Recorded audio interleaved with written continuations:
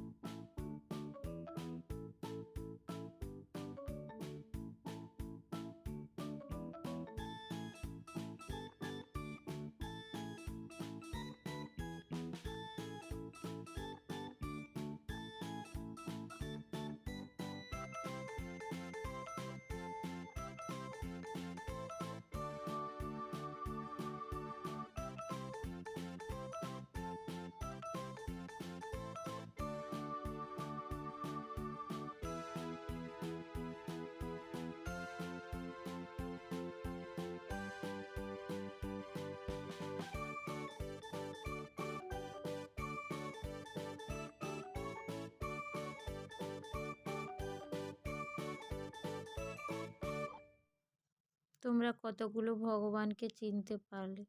আর ভিডিওটা যদি ভালো লেগে থাকে, প্লিজ একটা লাইক দিয়ে দিও। চলো, এখনের মতো টাটা।